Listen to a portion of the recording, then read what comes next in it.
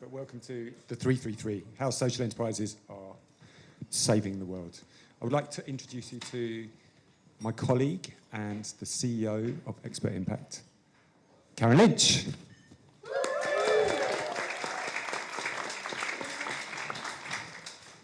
Good evening, everyone, and thank you so much for joining us here this evening. Let's be honest. Can you all see me, by the way? I can't see you for the lights. There's lots of you. Great.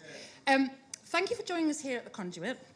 Tonight was about finding an excuse to get together, to have a bit of a mingle, to meet some old friends, some new friends, to have a beer or 3, 4? 4. Maybe even a boogie upstairs after. Yeah. Might give you something to eat. So we were thinking, what can we do? What can we do to make that happen? Because quite frankly, we haven't seen enough of people over the last couple of years, have we, Lee? Yeah, it's been a while, isn't it? We've all been indoors a lot. So I think the last big one was Social Enterprise UK Awards, perhaps. Oh, anyone from Pioneers Post here? They held the Wise 100, which was also very good, if anyone was at that. Yeah. So anyway, we thought about that, and Lee proposed a Zoom event. Did I? Yeah. I much prefer doing it in real life. So, yeah. No, we didn't really. And we thought, what can we do? So we did, as all small teams do, we thought, one, like every typical social enterprise, we've not got any money. So Expert Impact needs friends to put on a party, or a mingle, we're going to call it, not big enough yet to be a party. So we went out and found some friends, and then we thought, we need something to celebrate, so we thought we'd launch a new business, more on that later. And so tonight, basically, is about bringing you guys together. I want you all to meet somebody new. So you will either be from the Conduit, and you're here because you've seen our event marketed on the Conduit portal. You'll be here because you're a member of Social Enterprise UK. You'll be here because you're part of the Expert Impact alumni. And if you're not here for any of those reasons, we're really keen to find out how you got here. I guess you've been brought by a friend. So make sure you do catch up with some old friends and do try and talk to somebody new. And tonight, as I say, it's been possible for 3 great partners. I'm going to come back onto that later because Lee wants me to talk about colours. This has gone so badly wrong, it's unreal. Let me tell you what the plan was, and then we can put it right. Okay. So,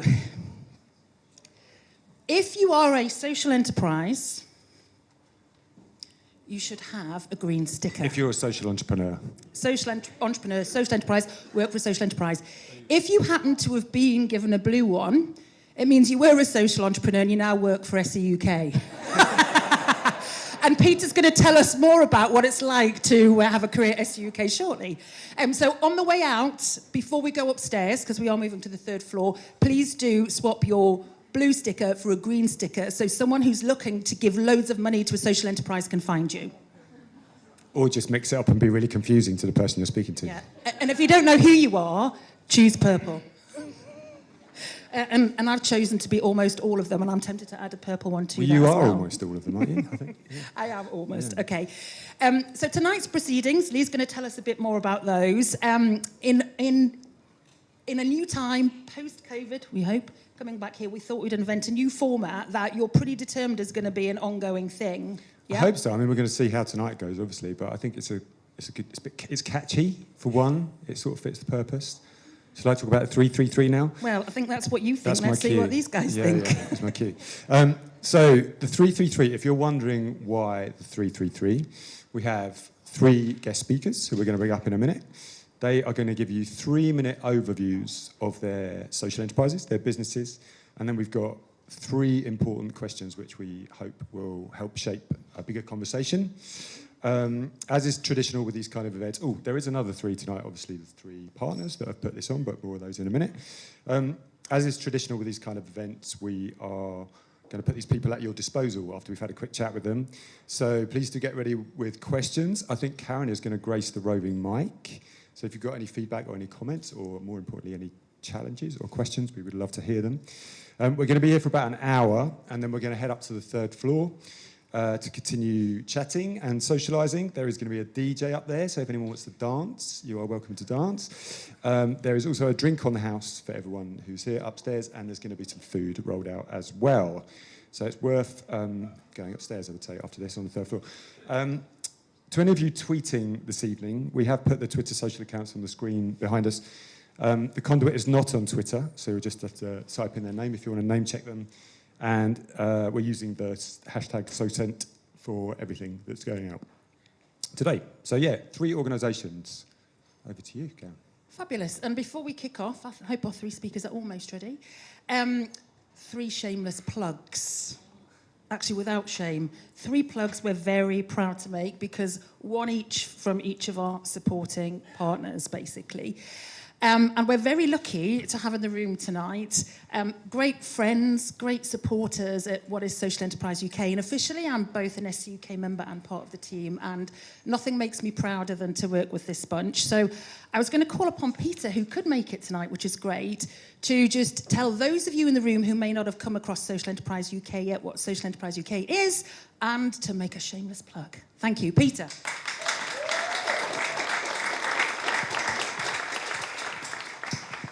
Thank you, Karen. Hello, everybody. As you now know, I used to be a social entrepreneur. Now I just run an infrastructure organisation.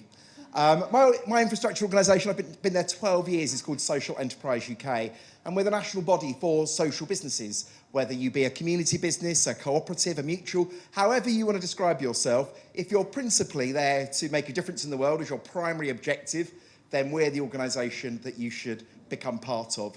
We have been around for 20 years now, and a lot of the big policy achievements that have been created to kind of promote and pioneer social forms of business have come about through a consequence of our tireless campaigning with our members and with our supportive friends and comrades right across the sector. And I can see a variety of friends in the audience, people that have run social enterprises, people that are still running social enterprises. I even see one former member of Parliament, Tom, is that right? That is you, is it not? And so we are there to work across the policy environment. One of our great achievements has been supporting social businesses to find purchasers within the corporate sector. So this year we're going to unveil a huge number of transactions that we've now helped broker and helped achieve. The team have. I think last year we hit around £180 million of deal flow cumulatively since we started. That's, for those of you running small businesses, that's not an insignificant amount, and yet our ambition is to go much, much further. We are here principally to create an environment where all social enterprises can thrive and succeed on their impact journeys. And so if there's a question you have about social enterprise, if you're not already a member of Social Enterprise UK, then you can come and talk to any one of the team. Look, we are here. This is probably the most inspirational and hopeful place on planet Earth right now. And boy, does planet Earth need some hope and inspiration. So it's lovely to be with you. Thank you for roping me in to say a few words, quite impromptu. It's a delight to be here, and I can't wait to get on with the evening and see what everyone has got to say, Karen. So back to you. Thank you, Peter. And just to be clear, if you speak to a member of staff because they've got a blue sticker on and they don't know what you're talking about, they forgot to swap their sticker. Thank you, Peter. And for those of you who aren't yet members of Social Enterprise UK, in my time at Blue, I was a member for over a decade, and now at Expert Impact. It's been absolutely one of the best things to be part of that community, because it can be very lonely being a leader, absolutely, even with this great team. Okay, so we're nearly ready to kick off, aren't we? Well, but we've got 2 more partners to talk about. Okay, did Paul make it yet? No. So Nick, our plan A. We only let Paul be the plan A if he's here. That's all right.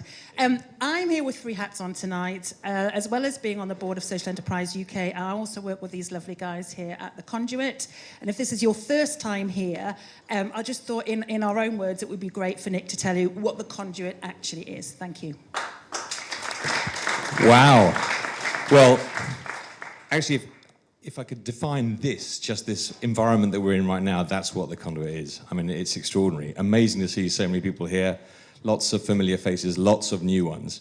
And the reason that Paul and I founded the Conduit wasn't because we thought there was a big gaping hole in the London club scene that needed filling. It's because from our own lived experience as social entrepreneurs, we knew there was a big gap. So if you haven't been a member of SE UK, you haven't been a member of the Conduit, and you're a social entrepreneur, I'm not sure where you've been living, but it is really, really amazing to see so many of you here tonight. I mean, in one sentence, the Conduit is a community of people that care passionately about social change. We do that in lots of ways, but For us, the fact that we have an amazing roof terrace, great food, and dancing later, that is a bit scary. I have to say, anyone who's been in a dance hall with Karen before, it is quite frightening. Great fun, but quite frightening.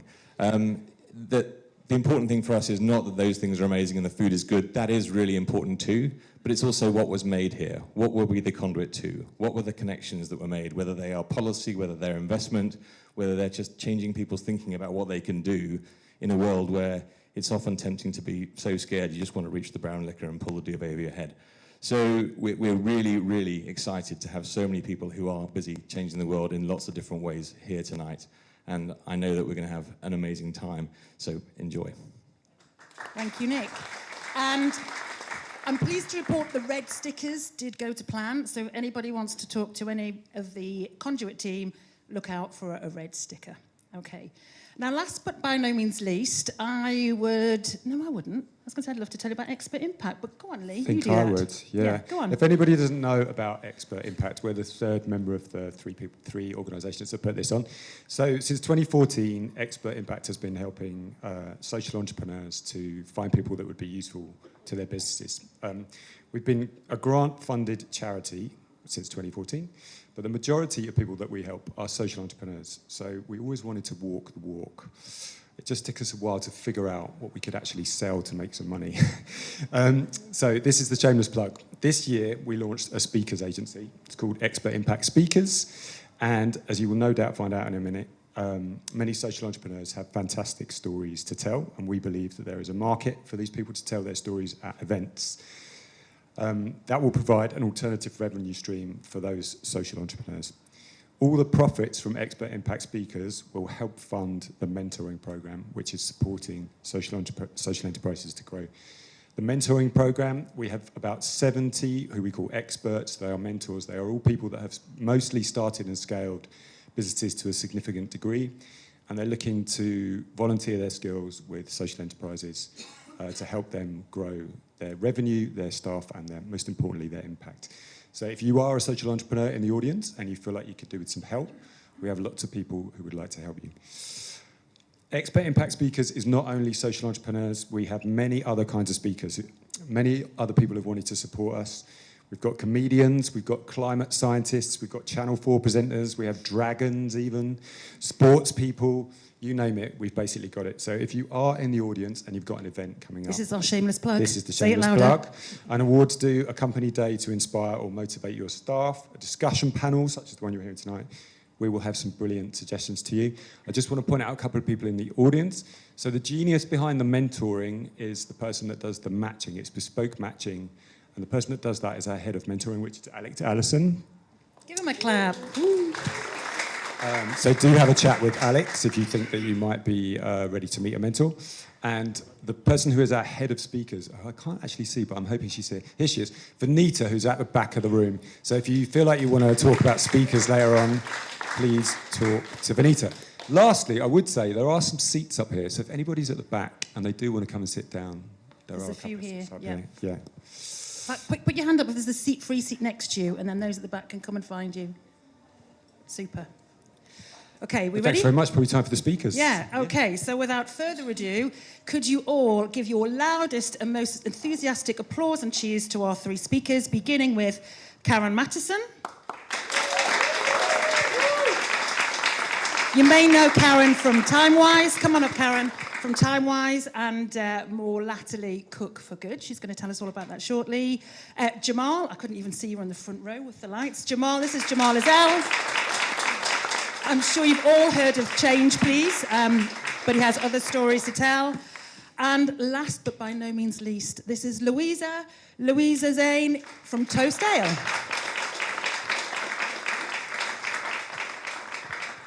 So first up, to give us a 3-minute overview, at which point there will be a bell, is Karen Mattison from Cook for Good. So Karen, over to you.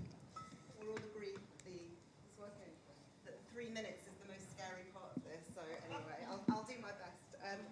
I used to really hate... Sorry. I used to absolutely hate the question, what do you do? Because I came from a family where everyone did a thing, a nurse, a social worker, a psychologist, and I just worked in places.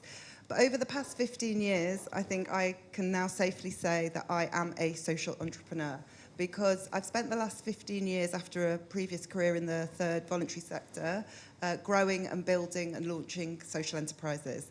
And essentially, if I see a problem in the market that's a social problem and I think I can do something about it, I build a social enterprise, I launch it, I grow it, and then I probably exit it. So I'm probably not the person you'd hire to keep running it longer term, but I'm pretty good at getting them going, I think.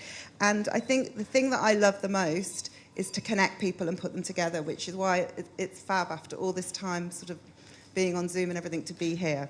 So in the theme of 333, I have set up 3 social enterprises, and I'm not going to talk about them for very long, and I'm hoping to be more interesting in the questions. But the first came out of my own experience as a woman with children, struggling to find work in the job market that just isn't built for people who want to work less or work differently. And that was a social enterprise called Women Like Us, which grew very rapidly in 2005. Then we moved on to set up something called TimeWise, which really saw a real problem in the recruitment and job market, which was totally designed around the full-time model. So we launched online jobs board and social consultancy service, and really trying to change the workplace for people who wanted to work in a different way. And that's still running now, and I'm on the board. But then I really wanted to get back to my roots of community and to do something much more connected to food, which is my other great love. And so a couple of years ago, launched the social enterprise Cook for Good. And at Cook for Good, we bring businesses and communities together for the benefit of both. And we do it using food and cooking. And I'd seen in my other work so many businesses who wanted to do social impact, whose employees wanted to do something good, and who put CSR in a sort of box in the corner. But actually, they were also doing lots and lots of work, doing team building and resourcing their teams. And so our proposition was, instead of spending your team building budget taking your team to Paris and sipping champagne, what about coming together and doing something to deliver social impact? So we put together team building days where we give them a chef mentor. It's very master chef-y. They go in, but they're cooking for them. They're having an incredible experience, but also cooking 100 meals for a shelter. They might go into a shelter and cook 100 meals. They might go in to a day centre, or they might cook and send some food. The big dream for us was to have our own kitchen in a community, which we've now about to open in King's Cross. So we're working on a Priory Green estate in King's Cross, where there's been huge regeneration, which hasn't particularly benefited the local community. And I've got about... It's very strict. I'll tell you later what we're doing. Pretty hard, isn't it? 3 minutes. Yeah, if any of you...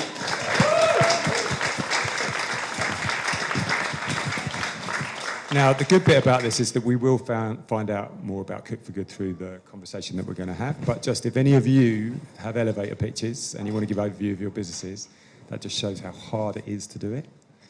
So let's see if Cemal from Change Please can do 3 minutes. I'm going to speak really quickly, so I'll do it.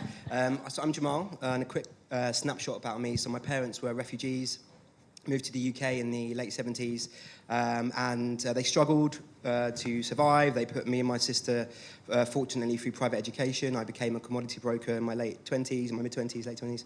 And then at the age of 29, I had a bit of a midlife crisis, or perhaps a third of my life crisis, let's say. Hopefully I won't die at the age of 50.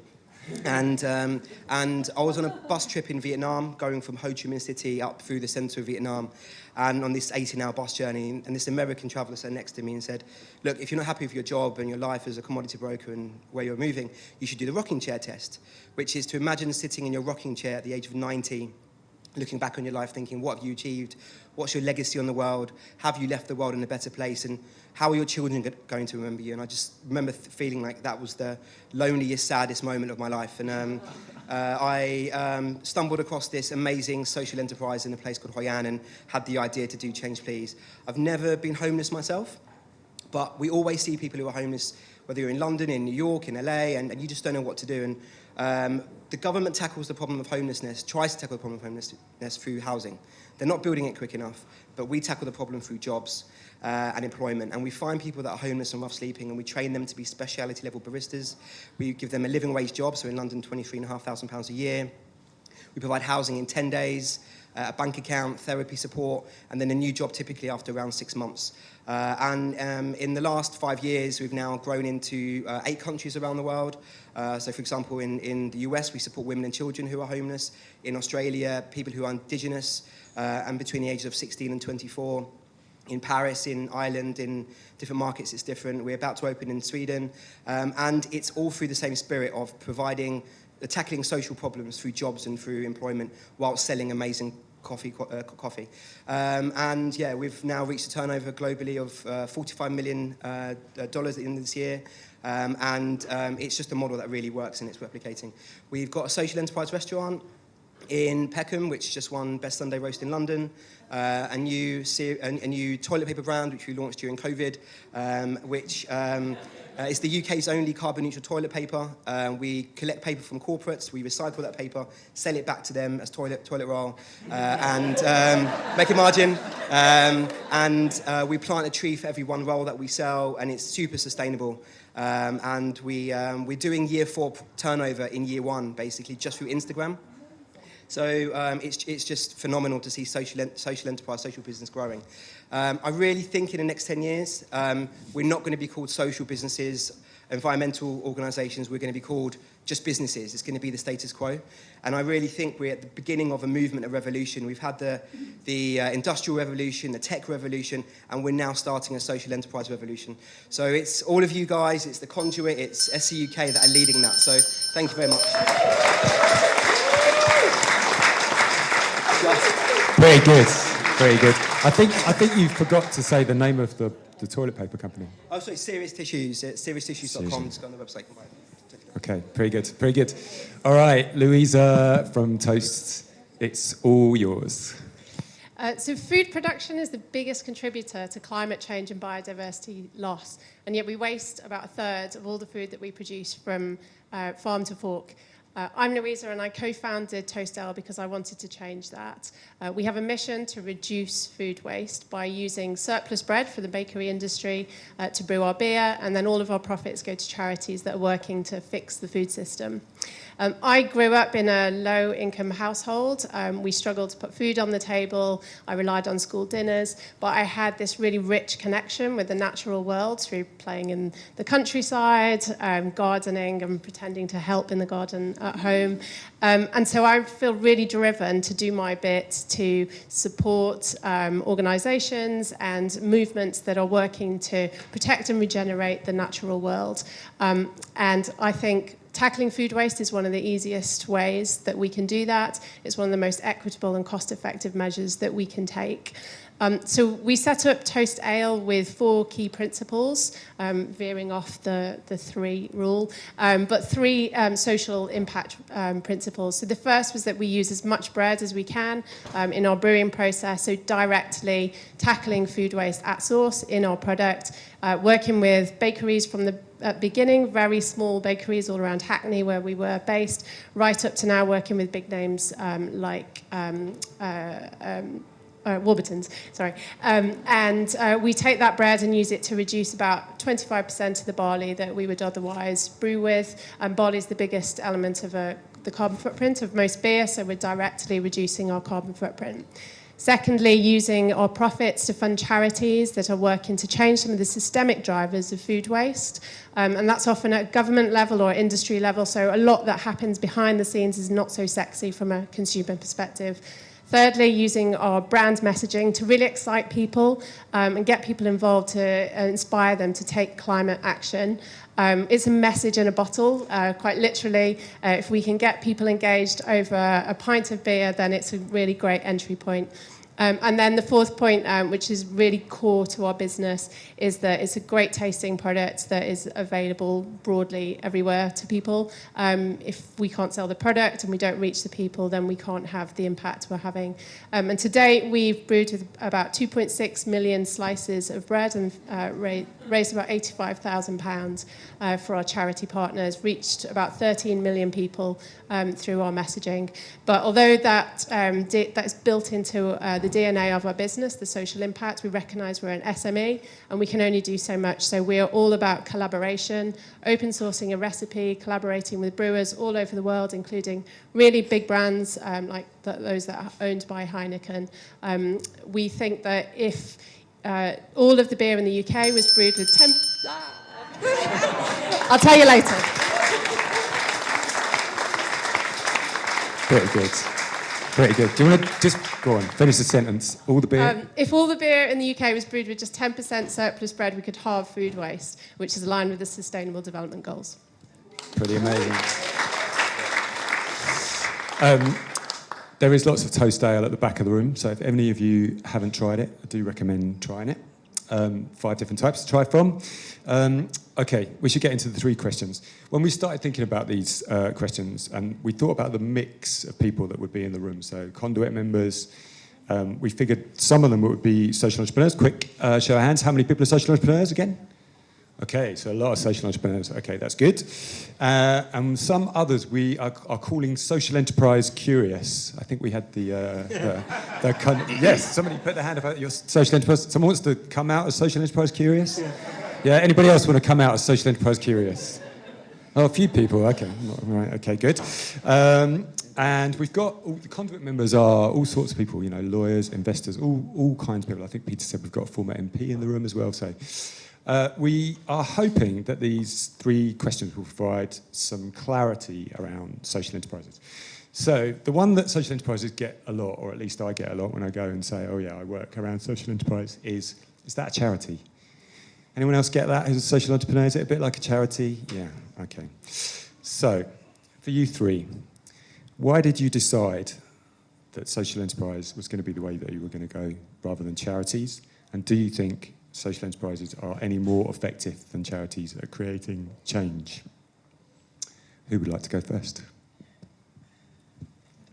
Karen? What was the beginning of it? So why did you decide to go social enterprise rather than charity? Oh, yeah, okay. So I had previously worked in charities, in particular in mental health charities. And I think when I got to the point of being CEO, I didn't really feel that I could determine the strategy in the same way that I wanted the freedom to really have the vision and the strategy and grow and build the business that I wanted to set up. And I think part of the issue for me with a charity is that the board and the running of it are 2 separate things. So effectively, a lot of the time you're working for the board. And the other thing for me with a charity is with the particular funding model of the charities that I worked in, and I know it's not always the case, you're really trying to raise grants that fit somebody else's criteria of what they want to do that year. And I think it's very easy to get the mission drift. And for me, there's a massive freedom and excitement about running your operation as a business. So you're trading in the market, just like a business. You're selling services or product or whatever it might be. You know there's a need for it. You found a market. And you've locked in the social good for it. So you're totally asset locked and you know you're going to keep to the social purpose. You can't drift just to the financial, but you've got both bottom lines. And for me, it's the kind of, I couldn't work anywhere else now than that structure. Okay, so it's about having the mission and being in control of your destiny, really, making the decisions. And trading and not just sort of always ask. I mean, I think it's absolutely fine to use grants for certain things for young social enterprises, but eventually you want to get earning your own money and have that freedom. Yeah. Okay, great. Jamal? Yeah. So at 5 p.m. Eastern Standard Time today, we're submitting a tender for a coffee contract for a huge US airline. We've calculated that our coffee will be 11% cheaper than what they're paying at the moment. The coffee quality, we supply the coffee into Virgin Atlantic, and with Virgin Atlantic, Condé Nast said it was the best tasting coffee on any airline. And with this new tender, we've said that we can improve your coffee quality. And at the same time, 100% of the profits that we raise from that coffee contract, which will be about $25 million in over 5 years, we can use to tackle homelessness for women and children in their home city and reduce that by 75%. So for that airline, it's going to cost them less money, it's going to taste better, and it's going to reduce homelessness in their home city by 75% for women and children. And it's not costing them any money to do that. Whereas in that home city, there's so many charities that are already tackling homelessness and they're not fighting the problem. we have a way of tackling the problem through jobs and employment, but not asking anybody for money. All we're asking for people to do is change where they buy their product, whether it's beer, whether it's coffee, whether it's a service. And that's what social enterprises is an example for me. It's about tackling social problems through business, through commerce, and making a difference to people's lives, through people doing what they would have done anyway, in our case, just buying a coffee or a toilet paper. So that really is the joy of social business. And as long as the price, the quality, and the convenience of that product is as good as our competitors who are non-social and non-environmental, then why not do good at the same time? I think that's, for me, the reason to go into social business. Sounds a bit like trade and not aid, in a way. Absolutely. Yeah, okay, great. And Louisa, I mean, obviously you're trying to tackle environmental problems, so why is your social enterprise more effective than some of the charities out there? I think I'd also say that charities are really important as well. They have a really important role to play in society, particularly on issues that are not being tackled by enterprises that sometimes are behind the high levels of awareness.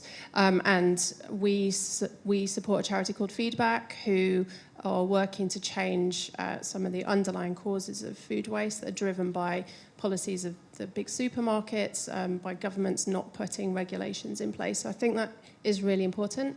But yeah, similarly, I really wanted to have a tangible product that I could use to engage people. The kind of entry point for me of having a conversation over beer was a really fun way and a different way of tackling the problem of food waste. Lots of policy measures have been around asking people to dispose of food in their kitchen caddies or recycle and compost at home, and I don't think it's worked. It really needed something to get people excited, and I think that's where good brands can really achieve change. And then the other element for us was our ability to work with our supply chain to look at how we could try to change some of those businesses that are much bigger than we are by inspiring them about a different way of doing business, and using that partnership approach that we have with all of our supply chain to drive change in the business community. And we need to be in the business community to do that. So there's an influencing power from the people that you buy. And do you, all three of you, find that when they learn how you're trading as a social enterprise, do you feel that influences your customers, your clients? Yeah, I think there's probably a bit of a negative stereotype about charities and doing good. And social enterprise is super cool. It's innovative. We see it in the US and in France especially. It's everyone's super excited to be kind of part of that social enterprise movement. But I think there doesn't have to be an either or for charity or social enterprise. We're both a charity and a social business as a community interest company, and there's space for both. What the charity allows us to do is take some of our therapy support, our housing, the additional costs that when we're competing against Starbucks and Costa and the main big coffee brands, that we can be a bit more efficient by putting our kind of impact areas in through our charity. There's a wonderful chap over there called Paul who set up an organisation called Cafe Art, who spoke to me just before we started about how that balance works between charity and social business, and how and I think that is there's a place for both. And social enterprises gives us the agility to act quickly, to have to operate through trade, and also through the work and the promotion that SC UK have done with corporates, and also the Social Value Act. It really means that we can win more business a lot quicker. Okay. Great, thank you. If anyone has questions about relationships between charities and social enterprises, advantages, disadvantages, we will be throwing these three people open to you in a short time, so please do have your questions ready. The other question that comes up a lot about social enterprises is, and we've talked a bit about money already, but can you really make any money out of social enterprises? And this question is about both the turnover that you have, what you pay yourself and your staff. Are they getting London living wages? Are the salaries market rates? And is there potential for growth? Can investors, for example, grow their stake by investing in your businesses?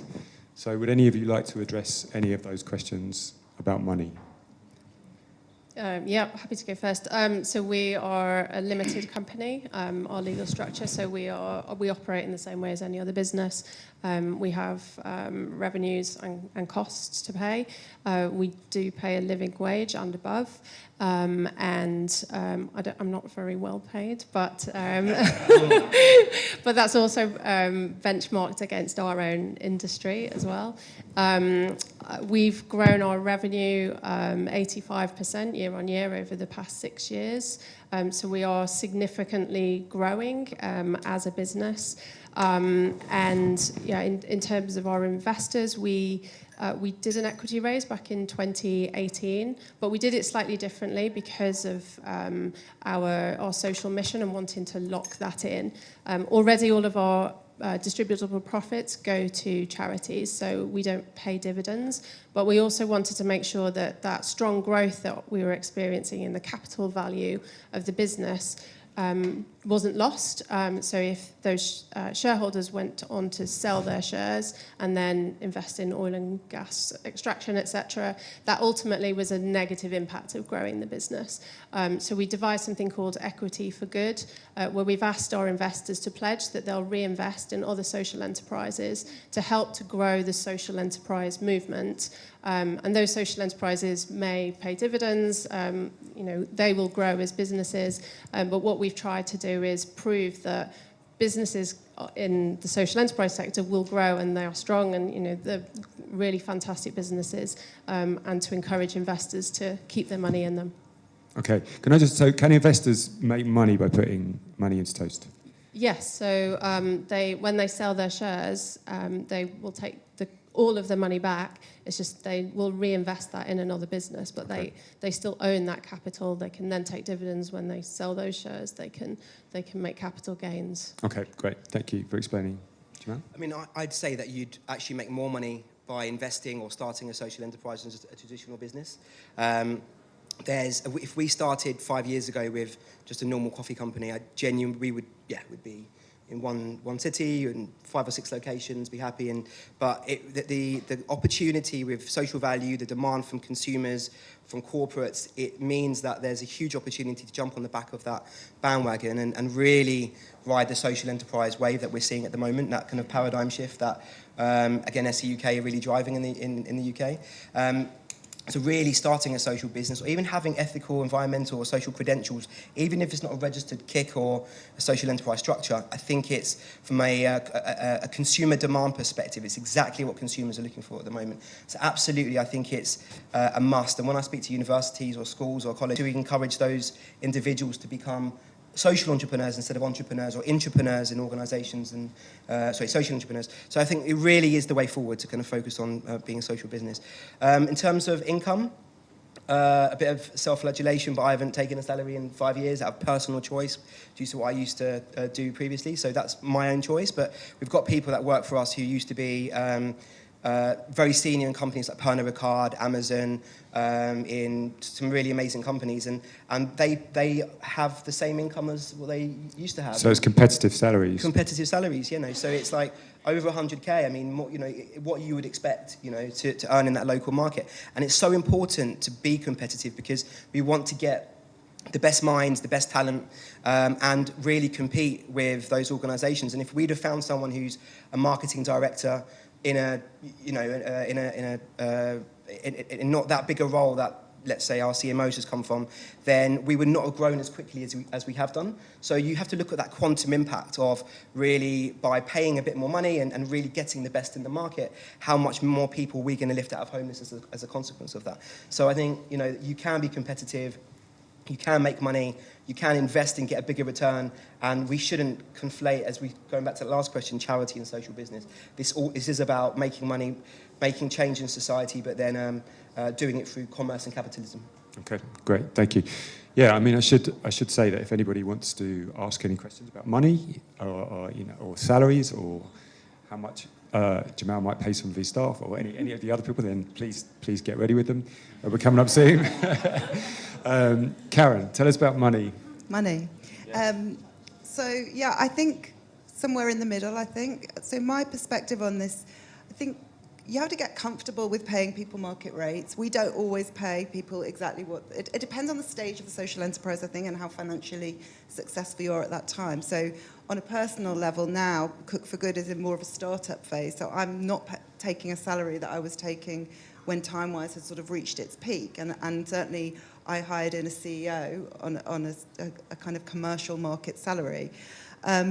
But so I think it depends on the stage you're at, and on a personal level, I think there's a point at which you put in quite a lot of what you call sweat equity. You know, in the setting up stage, there's a lot of that. You don't count your hours. You work really hard, but you're driven by the passion for doing it. And then there's a moment. So each of the ones that I've set up, I've been working somewhere else part-time while I've done it, so I've not taken a salary, but it's given me the freedom to do it. So that's another clever use, I think, of working part-time or doing a portfolio career. We definitely struggled or had a lot of discussion at Timewise when we started to grow sales teams about, is it okay to give a bonus? This feels a bit weird, we feel a bit uncomfortable, and then there's people over there who aren't making bonuses.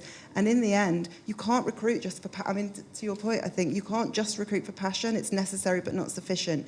You need the skills. Good salespeople are motivated by their bonuses, and that's exactly who you want on the team, that they'll sell better. So we did, but we didn't give everybody a commission, and occasionally we would bonus everybody if the organisation had done really well, but that would be a different criteria. And just on the social investment point, we've taken both in Cook for Good and in Timewise, we've taken social investment. We've paid it, well, Cook for Good not really paying it back yet, but we will. I think the social investment market itself is not great at the moment. I think they're charging really high percentage interest rates. I think it's really tying social entrepreneurs' hands behind their back. I think it really needs to be looked at properly. We've taken it, we've paid it back. Now there was only one real organisation on the market which did a blend of grant and repayable loan, but at a better percentage, which I'm happy to talk to people about privately. Actually, I don't say it privately, it's People's Postcode Lottery. I think that's the best product on the market that we could see, and that was a 3%. Do you agree, Peter? Okay. But that, you know, and we looked around, it's really, really hard. And I don't understand why it's like that and why it just hasn't improved after all that time. So, yeah, we pay back, but it shouldn't be as hard as it is. And there is a social investment market, whether it's fit for purpose or not, it's perhaps a different Yeah, conversation. there is. But what about mainstream lending? Will you find that as a social enterprise? Will you find that from the banks? Will you find that from investors? Yes. Just going back to your point, you know, we're just about to take quite a large loan at 8% interest, and if anyone in the room can better 8% really quickly, then I'd love to speak to you afterwards. Yeah, £1 million loan at 8%, and we need it really quickly for a few different projects that are happening. And you look at the market, and it's just to get the speed of return and decision making from a social investor is why we go down that route. When you go down traditional lending, you do eventually get it, and I think it's just so many more processes to jump through for them to understand what social business is and charity and how your model works and the risk associated with that. So I think that's the difference. The money's there, but you need to find an organisation that understands and they're sympathetic to who you are as an organisation. And then, and if they're not there, then we found that as a kind of last resort, there's a lot of social investment, but very high interest rates, and that really needs to be fixed quite quickly. Okay, great, thank you. Have we got any social investors in the room? Or anyone that's brave enough to put their hand up? Okay, great. There's a gentleman over there, so it would be interesting to get some input from you. I guess you're going to be very popular later on. Oh, sorry, we've got two over there? Yeah, sorry. Okay, so this is going to be the last question I'm going to ask. I'm hoping there's going to be some questions in the audience after this. But we really want to know, you know, like, I think all of your, and this is going to be particularly interesting from you, Karen, given that you've done a few of these, but a lot of social enterprises are really tied up with their founders. So what happens if founders want to exit? Like, how do you hand it over? What's the succession plan? Have you thought about that for you obviously have done this a couple of times, Karen, for when you do it. So what happens when founders want to exit? How is that done? Okay. Look, I think it depends on the founder, because for some founders, growing it and staying with it long term is absolutely the right thing for the organisation. And I think one of the things about being a social entrepreneur is you should love your organisation more than you, and the work you do and the impact you have more than your own career. So you're always thinking about that. And so I think if you know that you're not getting in the way of it and you're progressing it in the way that it should be, and you want to stay, you should stay.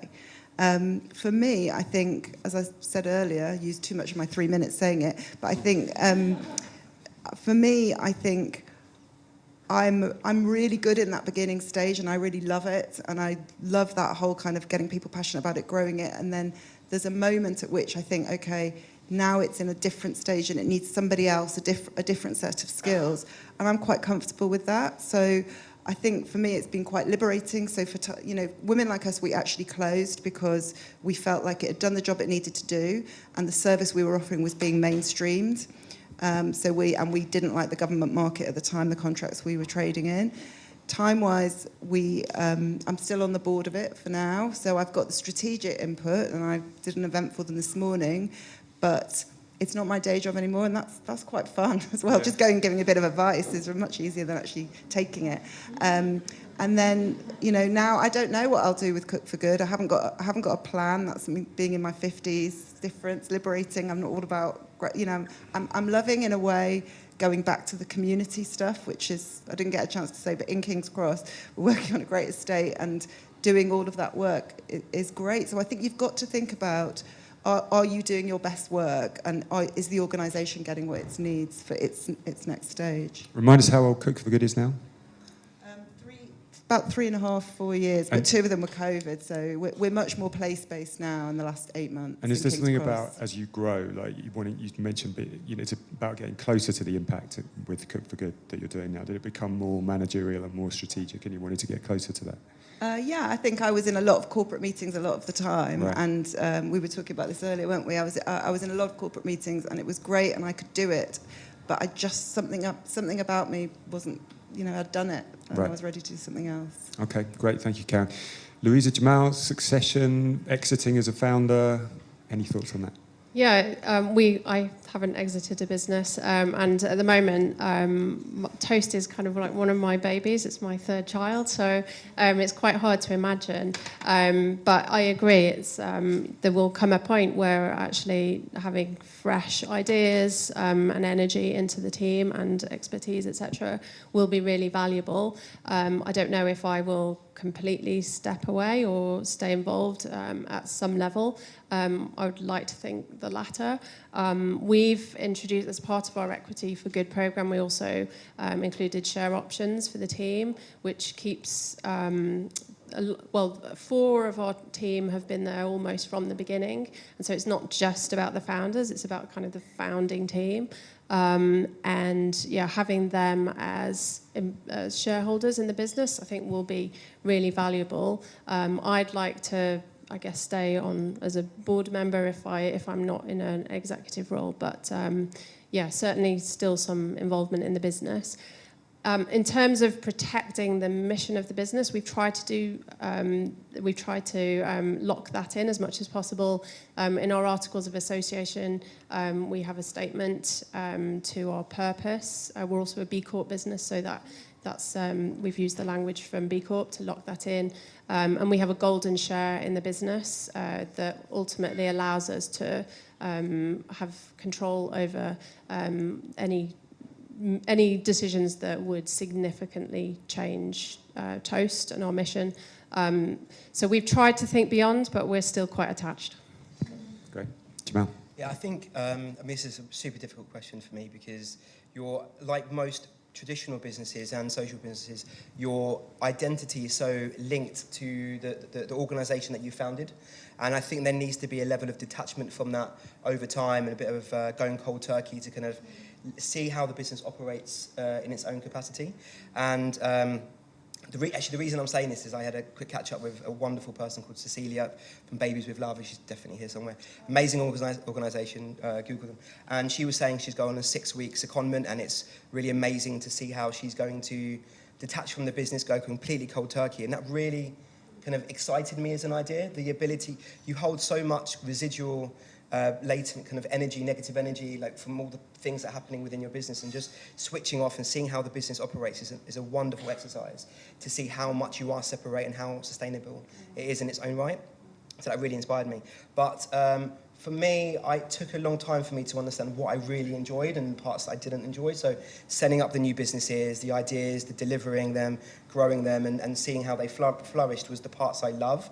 The part I don't love is all the operational parts, the day-to-day, and there's so much support from organisations to help startups grow and individuals to become entrepreneurs. But there isn't that support that then helps that individual to go from being an entrepreneur to a CEO. You know, it's a massive jump, and you might not have had that experience previously. So that coaching, that support is a massive gap in the market. And I think from my personal perspective, it's either you learn the skills that you have missing and try to do everything and be that perfect CEO, or you really understand the parts that you're good at and double down on them. And what I've done is really double down on the skills that I'm good at and bring people in that can fill up the things that I'm awful at, which is a lot of things. So we've just brought in a co-CEO, and I was a bit nervous about it, and he's just been phenomenal, like really great, and it's allowed me to focus on the international markets and so on and so forth. But it's completely different to every person, and I think it starts with a self-audit of understanding who you are, what is your motivation, and you just get so bogged down in the organisation that you need to detach and really think about that, your real motivation, and then just focus in that particular area. Okay, fantastic. Thank you very much. I think it's about time we heard from some of you. It's about 7:10 now. I think we're going to try and wrap this up at 7:30. If you have a question, please be succinct, because we want to pack in as many as we can. So just say your name, where you come from, and your question. That would be great. So we haven't talked about impact very much. Some of you might have questions about impact, but I think we've already got somebody. Well, we've got 2 hands up already. I think we've got lots. We've got 3 hands up. Shall I go my side first, Go and then your Alicia side can first, go and we'll that come side? to you, sir, Okay. next. Hi, I'm Robin. I'm a founder CEO, and it's kind of actually a really nice link from the last question, which is I'm just really interested from the panel, especially thinking about that when we're in a phase of growth, that sort of startup to sort of CEO transition. What's the best investment in time or money that you made in yourself during that period that you would encourage others that are going through that experience to do for themselves? Thank you very much. What's the best investment you've made in yourself as a leader? I recently started coaching. I thought I was quite good at things like time management and prioritization. Taking coaching or coaching? No, receiving coaching. Yes. But you know, like Cemal was saying, it's sometimes quite hard to distance yourself from the business and think about your own personal development. And I think that because you're, anyway, as a leader of a business, your work is so intense. But I think even more so when you have a really strong social purpose, you feel this deep responsibility for delivering your mission, and that can have impacts on your mental health. You know, and you need to find ways of distancing yourself and protecting yourself at times, so that you can bring your best to the business. I started some personal coaching back in October. I'm finding it very useful. For me, it's having a baby, and that was my son's now 3, and he's it's probably the only thing that could really force me to completely switch off and really focus on spending time with him and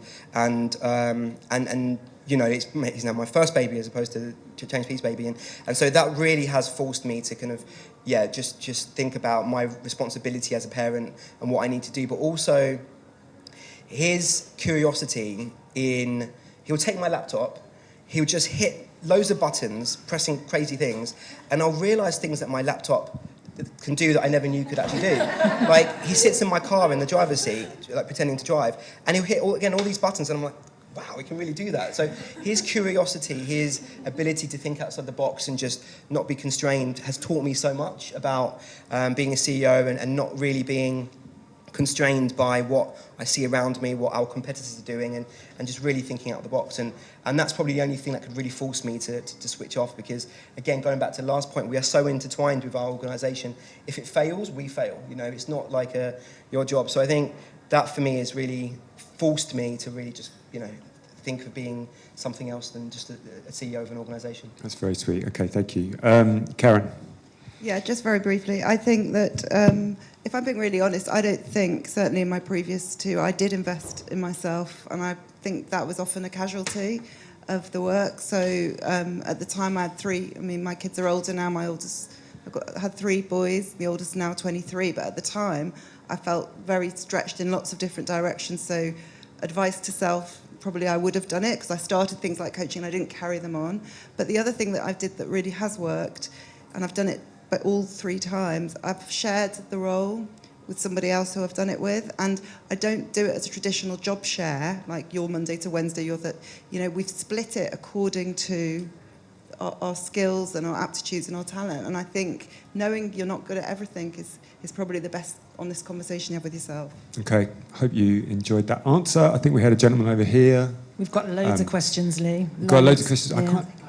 Oh, we've got somebody at the back. Indeed. Sorry, you next, definitely. Sorry, I did. Yeah, go on. Hi, I'm Sal Mohammed. I'm the CEO of Connected to Homeless, a homeless technology charity, and we've just set up a second charity called Dogo, which basically gives free healthcare to people in Africa, and really interested in the social and charity model. Basically, we've just become a registered charity for the second charity also. And Cemal, you were talking about having a hybrid model of both a social enterprise and a charity. Could you just explain a little bit about how that works and what the benefits are? Yeah, so in the UK, France, Australia, we've got hybrid models. Oh, sorry. So UK, France, and Australia, we've got hybrid models where we have the charity which receives grants, it manages impact, and it creates a grenade wall between both the organisations, so one can focus on being completely commercial, drive revenue, and it generates income and profit, which is then given to our charity to then deliver that impact. And the social enterprise part, so in different countries, it's a social enterprise. The US doesn't have that same legal structure, but and it operates differently. But it really allows us to be agile, compete with our competitors. Like I said before, you know, Starbucks doesn't have some high street chains don't have a requirement to pay living wages or to have their cups made out of aqueous line things, aqueous line gel. So, you know, all these types of things we take on to do the right thing, but it makes us uncommercial. So having that split between the two types of organisations really allows us to be fast, agile, grow quickly, but then also deliver the impact through a legal structure that is set up to do that. Okay, I hope that helps. I think I did promise this gentleman next, so him next, and then we'll go over there. I'm going to hand this. Oh, you want to give up your question? Okay, we can go over there now. All right. All right, thank you. I'm Sam from LEAF, which is the London Early Years Foundation, and my question actually ties to the previous one, which was also touching on Cemal's point earlier about it not necessarily being one or the other. So we're both a registered charity and a social enterprise, and it's not actually separate parts of the business, but it's one and the same. And we've launched a social impact bond, so there is the potential for investors to actually get returns from the charity. And I think there's a piece of almost like educational work, a how-to to say, well, actually, social enterprises can be the best of both worlds. And I guess the question is more around how do you think we can raise awareness for actually what a social enterprise can be, in that I think too often people consider it like a legal entity versus actually just a way of operating. And also related to the second question about social investment is that if we're all facing the same problem about wanting affordable capital to access, and we've also got postcode lottery funding, and it's the best we could find, but it's small, right? It's $250K. So how do you think there's ways for us to come together so that as a sector we can then have more power potentially to actually generate investment that is more attractive for all of us and help society? That's a really tricky question. How can we improve the social investment sector from the people that want the money, I guess, or need the investment at some point? Any thoughts on that? Well, I think that is why we need organisations like SEUK, because with the best will in the world, there's only so much time if you're actually living and breathing it that you can do this work. We can do events like this, and we'd all, you know, on a personal level, I'd always come to any conversation, but the initiating it, the campaigning, it's a campaign in itself, and I think it really does. I mean, I totally agree. It really needs looking at properly. And I mean, again, we're here in the Conduit today. The Conduit have got a program called Conduit Connect as well, which connects you to individuals, organisations that want to provide investment. But it is a massive issue. But it's been an issue for the last 5-6 years that we've been running the organisation, and it hasn't necessarily changed. There are now traditional grant givers that are, rather than just giving you a grant, like Comic Relief are doing now, and some other organisations, where they'll give you a loan at very low interest rates instead of that grant to help them be more sustainable as well. But there is a massive gap in the market, and I think, Social Enterprise UK are already doing a massive job to kind of drive that. But there's only so much that they can do. And I think it's really, how do we come together as perhaps a bit of a union, and really try to kind of drive the demand from social investors. And we see the same thing in the US. Like the US really, they are, because there isn't the model for social enterprise, there isn't that legal structure in place. You are a traditional business or even a charity. They focus their investments via ESG targets. So typically there's, at the moment, $49 trillion worth of global investments, which is a third of all assets under management in the world, are because of ESG-related investments. And we're now not really talking about social impact and that social value. It's really just focused on what our ESG targets are and trying to conform to their criteria and tapping into traditional capital that exists in that manner. So, yeah, it's super difficult, but I think we're kind of doing everything we can at the moment and need some responsibility from the social investors to kind of make that change as well. Okay, thank you. I fully agree, and I'll just do a shout out for SE UK as well, because they do lots of work to campaign at the government level to try and get better recognition for social enterprises as a sector. I think we're all looking at you, Peter, over there, really. And I mean, SE UK, of course, do their bit to improve social investment, and you're shrinking into your seat. But just, have you 2 sentences that, how could social investment be improved? I'll run over this. No, I don't.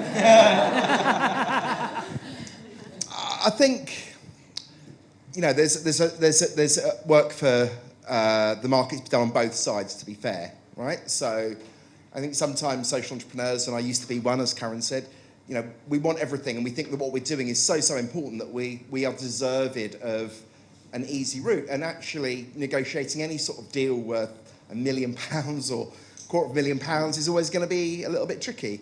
But what I do think is there's not enough risk tolerance built into the social investment market, so there isn't enough at an early stage position, and that's when most social enterprises are actually desperate for capital to get them up to that first point and milestone in the scaling. And then I think price is expensive. And one thing I've always heard from the social investment market is interest rates don't really matter. And actually, when you're running a small business or even a medium-sized business, interest rates really do matter. The price of your capital does actually matter. And I think it's really disheartening when you can go to Barclays and get a cheaper loan than you can get from the social investment market.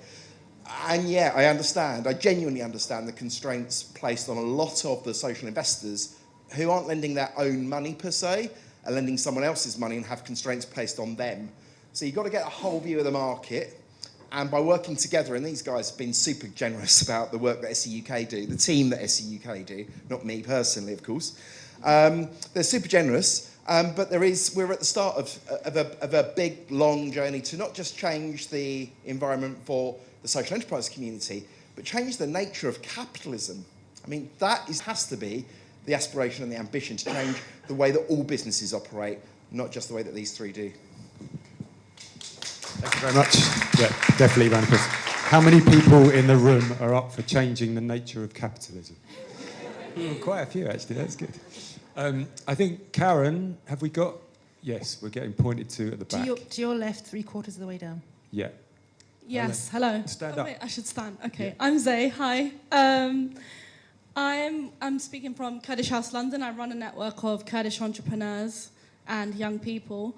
So with this new branch of making money, this is to SE UK, by the way, I'm just curious about how SE UK is promoting the inclusion of more diverse speakers, not just ethnically, neurodivergence, ability, disabled people, etc. How are you promoting that? Because it's a hot topic at the moment, but also I'm just curious about real practices that help do that, really, especially as speakers. You're essentially representing social entrepreneurship, so it's so important. So who better to answer to that than the CEO of SE UK? I knew we should have had a fifth chair. I don't want to see. But I do feel obliged to respond to that because none of these guys are responsible for what happens in my organisation. Sorry, just really quickly, there's someone here that would like to add something to the question. My name is Sarwat Nawaz. I'm a barrister. I've been here for about 3 years, pretty difficult time. My question is a little stupid, I think. The title says social enterprises are saving the world. Which world are you talking about? Are you talking about just the United Kingdom, the United States and Europe? Or is it also South Asia and Africa, which needs saving right now? I don't want to talk through our entire justice, equality, diversity and inclusion strategy, but it is on our website, and I would urge you to take a look at it because, my boss is Lord Victor Adebowale, who has had generations working for racial equality and justice in this country and overseas. And when he came to Social Enterprise UK, he said to me his aspiration was that we become an anti-racist organisation. And so we have worked hard as a team to really think that through and how that manifests in speaker lineups, superficial things like photographs in our publications and much more meaningfully in our staff team, in our board, in our governance, in every decision we take. And I think that work is something that I'm proud of, but not something that I'm going to stand up and, kind of wax lyrical about, because ultimately the outcomes will determine the success of our strategy. But we take it very seriously. It's always on my mind as someone that has spent years campaigning for equality across all parts of society. And although I might be a slightly porky, middle-aged white man, I have spent my life working for justice for everybody, whatever background you may be from. And in terms of the subsequent question, I'll just address that. How far do you go in trying to change the world? Sometimes it's okay to just work with your local community and achieve change there. For me, I've done that for a lot of my life, but I also recognise the interrelationship between communities and the whole world. And that's part of the reason I came to an infrastructure organisation like Social Enterprise UK, was to really focus on systemic change that can ultimately change the course of the whole world and indeed capitalism, which has liberated so many people from poverty, yes, we all know that, but equally currently threatens so many people by the very system that generates the externalities that it does. Now, I've fortunate enough to work overseas, and I've worked in complex places like Lebanon, or in places like Africa and Asia too. And I am committed to work with partners all over the world to share learning and insights and to learn. But I am not a colonialist, and I'm not going to take a UK model and tell the world that it needs to do what we've done here, because that's wrong too. So it's very much around partnership and collaboration, learning and sharing, and we are really, really serious about this stuff. And I would just ask you to come and have a word with me afterwards to really, really test my mettle on that, because there is nothing I feel as passionate about as equality for every single person on this planet. Thank you, Peter, for stepping in. It's probably also worth saying that social enterprises models exist in many countries of the world, and Social Enterprise UK have done a lot of research and a lot of promotion of the social enterprise models in lots of different territories, so do go and talk to Peter or any of the SE UK team about that as well. So it's 7:30. We said that we would go upstairs. Karen is pointing and at the back. One more, Karen, are we saying? One more. Quick question, quick answers. Especially because he's got a purple sticker. Hi everyone, I'm Michael Blake, I'm Head of Social Investment at Royal Borough Kensington in Chelsea. recognise a few faces in the room. I've heard a lot about sort of the social investment market and some of the issues around it. I'd be keen to know and understand how all of you guys are going to kind of plan and get together around solving the problem of the missing middle. So just to be quite clear, in terms of what I mean by that is taking kind of the more grassroots social entrepreneurs to that large level that most of the individuals on the panel are at. But it is something that we do struggle with in the social investment sector for a multitude of different reasons. One of the reasons I believe is that we build you up with grant funding, then you get to a certain level and we're like, here's a loan, we want 4%. So even from a cognitive point of view, it seems like an odd thing to do. But as social entrepreneurs, as speakers, Social Enterprise UK, what is the plan for that? Because I think the sustainability of social entrepreneurs, impact businesses, it's going to be really important to make sure that you can continue to support those types of businesses in the long term and also get some larger ones as well. So any thoughts on kind of making sure we plug that missing middle or actually get entrepreneurs to a larger level and keep them growing? Definitely a thought on that from us. Expert Impact sort of specialises in that bit really, where social enterprises have got to a certain level and they want to grow and they want to get to the next level. And how do they do that? And to introduce a colleague who will say a little bit more about this is Alex, who's our head of mentoring, who puts the matches together. Hi guys, I'm the missing middle. No, the Expert Impact as an intermediary has existed in its present form for 7-8 years now, because we identified that there's a lot of provision and support available for people at a raw startup phase and a real drop-off in both the quality and availability of people when they've got a proven business model and they are in the process of scaling up. The mentoring that we coordinate models itself more in line with management consultancy. I create bespoke matches that are intended on helping solve commercial business decisions by creating the mentor links with people from traditional private sector backgrounds who are specifically focused on getting them through the roadblocks and blind spots that they need to navigate so desperately.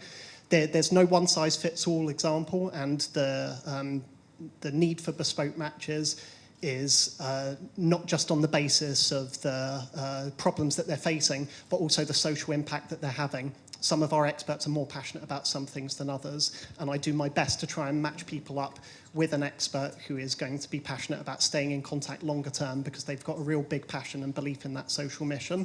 So to address that missing middle problem requires us as Expert Impact to collaborate with a load of brilliant partners, some of whom are in the room already, the incubators and organisations who are the community hubs like the Conduit is achieving already and continues to aspire to be.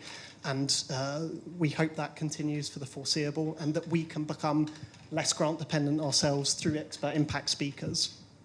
Thanks, Alex. Thanks, Alex. I also want to bring in Louisa. I think Louisa's got something to say about this.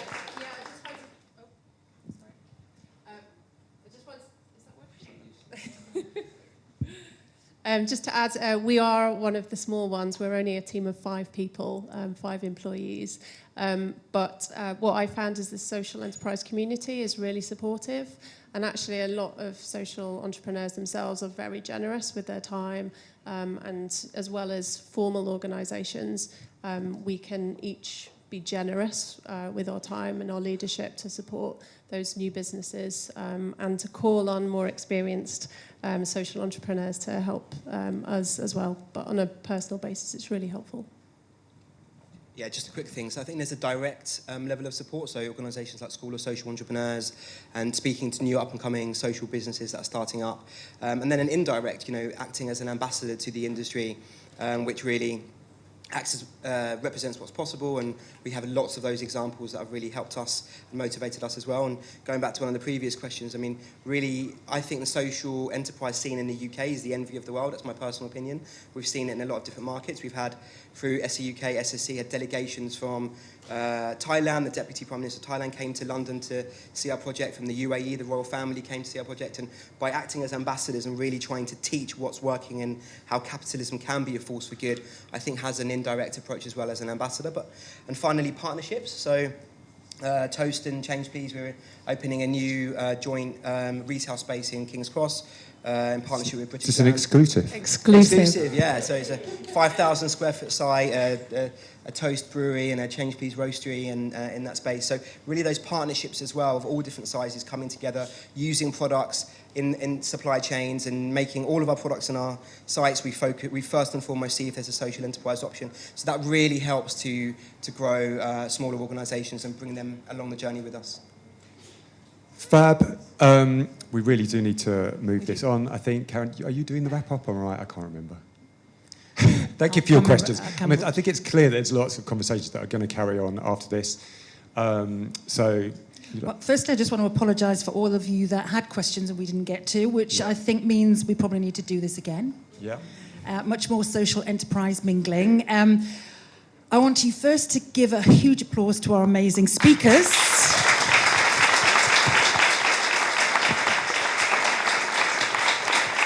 Oh, amazing, thank you. And thank you, Peter. Peter, you should be joining our speakers on stage as well. And remember our 3 shameless plugs. There are 6 wonderful floors of the Conduit. You've only seen 1. You must come with us to the 3rd floor because we've got a technical fault and you can't get out at the moment, which is why we're going to give everybody a complimentary drink on the 3rd floor, and you can leave sometime after 10 o'clock, I think. And as I say, remember your stickers. If you want to find out more about SUK, look for the blue sticker. And if you're wrongly marked as member of staff, please change that on your way out. And if you're a social investor, you've got a purple sticker. Just get people to form an orderly queue as we move up there. So thank you so much for coming. Red stickers, Conduit team. If anybody wants a whole building tour, find somebody with a red... team. Do you want to put your hands up? Yeah, up there at the back. If anyone wants a full building tour, including seeing the rooftop restaurant and hear more about membership, then find someone with a red sticker. And please all move as promptly as you can to the 3rd floor. Thanks very much. Thank you.